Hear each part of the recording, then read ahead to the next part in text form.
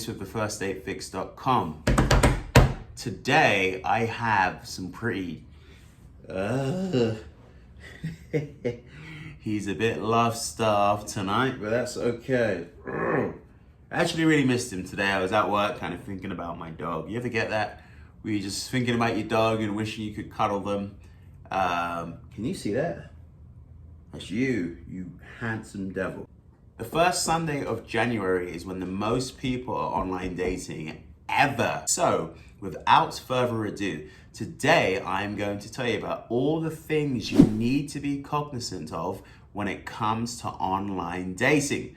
Because online dating is a very fickle beast and it will slap you in the mouth so hard your teeth might bloody well fall out. So, number one, no matter how many matches you get, you very well might not meet with a single one. You want to know why? Because who knows what people want on there. You could have about 50 matches in a week, and you could say a nice handcrafted artisan message to someone. And you know what might happen? They might not even respond. Hell, this could happen to you about 50 times and you could strike out, and you are not the only person that people are speaking to.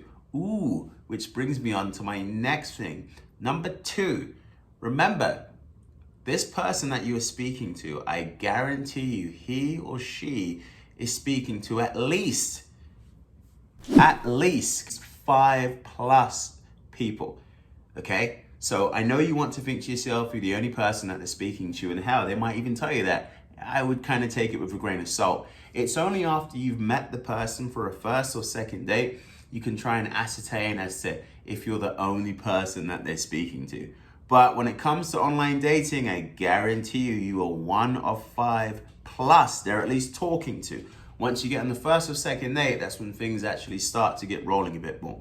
Number three, people will vanish without a trace. Hell, you could be having a back and forth. They could be laughing at your jokes. They could tell you how hot they think you are. All of this good stuff. But they could just vanish. You want to know why? Because they're either speaking to someone else who they feel they have far more of a connection with, or they got freaked out. Maybe they were getting, 100+ matches and 30 messages a day and like, oh my God, I can't handle this. I'm off. I'd rather just spend time hanging out with my friends or something like that. And there's nothing wrong with that. But, online dating isn't for everyone because it's pretty intense, isn't it? You know what? Just come in. Come on. There we go. There we go.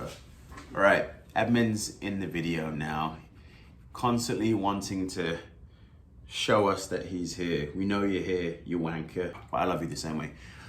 And now you've made me lose my count, melonhead. Okay, all right. I'm going to assume that this is number 4, messages. You can send a handcrafted message looking at their profile. Hey, I saw that you had a picture of skiing in your profile. That's awesome. Where did you ski? And they'll tell you and say, how did that make you feel when you were skiing? Or just, I don't know, some sort of comment on them skiing if that's one of the particular pictures they have. And here's the thing, they may or may not respond. So I totally get why people will just copy and paste messages of the internet, because for some people, it may or may not hold, resonance within their hearts. However, for me, I always say, if you honestly look at that profile and you think, okay, she likes this, she likes that, he likes this, he likes that, and I actually feel like this could work because they have a lot of similar hobbies and interests, and I love their bio, then by all means write a handcrafted message. But you may very well never get a response. And it might not even be because they're not interested. They might not even see it. This person might be getting about 100 messages a day and there's no way that you would know, right? In addition to that, there could be a bot. In addition to that, it could be some creepy sex app that I know they put some, models on there, and I'm like, all right, yes, I'm sure you're single and you're looking to mingle for a price, right? And there's just an abundance of reasons, which leads me on to my next one, number 5. Don't take things personally, okay? You don't know what's going on with people. In most cases, you probably haven't even met them yet. Hell, they could have broken up with their boyfriend the same day. They could have had a bad experience of online dating before. They could be in a situation where, who knows? No one knows anything that's going on. Do not take things personally. Until you've at least gone on a few dates with this person, take everything with a grain of salt. Go there with a positive interaction. Go there hoping for the best. But, if nothing amazing happens, it's okay. Number 6, there are a few different kind of personalities that you are going to encounter in online dating. And I can tell you, number 1, the recent breakup. These people you want to avoid. These are people that have broken up with someone in under a month, less, sometimes even the same freaking week, okay? Avoid those people unless you're happy being a rebound who's a booty call, okay? If you want to be that person, sure, go ahead. But me personally, I ain't no one's rebound, okay? And neither are you. Deep down, neither are you. So, number 1, people, well, I should say A, okay? People who have just gotten out of relationships.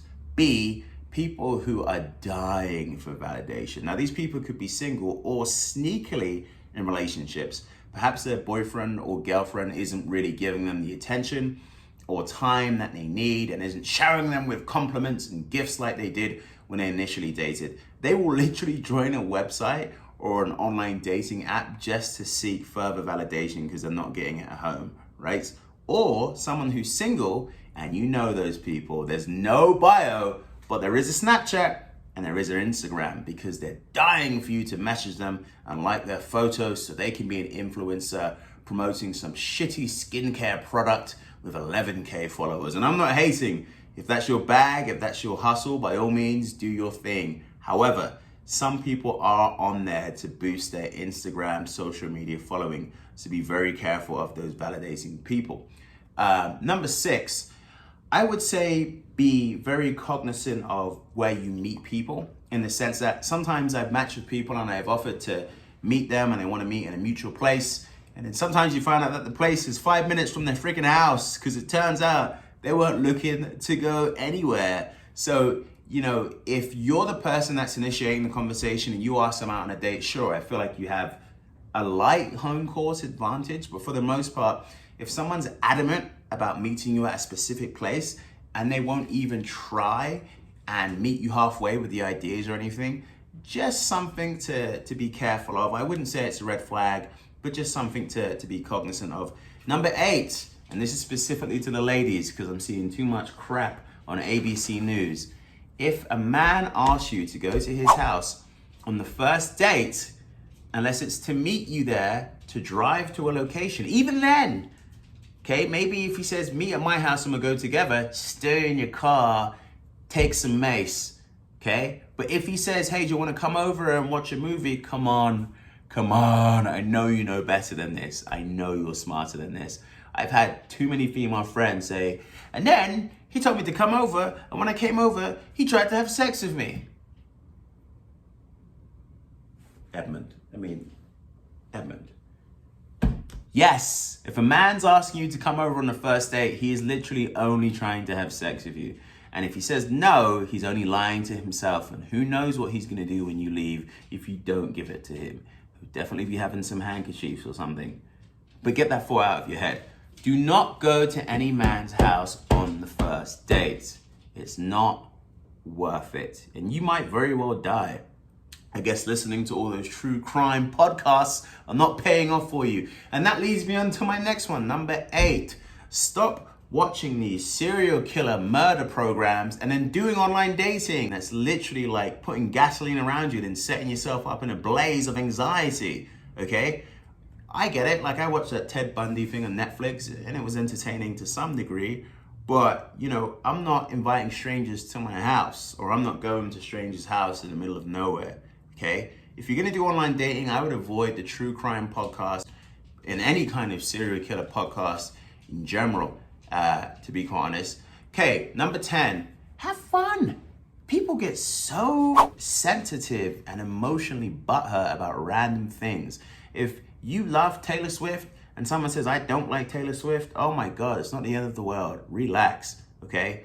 Like if someone says something that you think was rude, clarify first. Say, hey, is that what you meant? And I guarantee you 9 times out of 10, they'll be like, oh no, good heavens, no, I totally meant this. And that would save you running off and telling your friends how much of a terrible person, this guy or girl is, okay?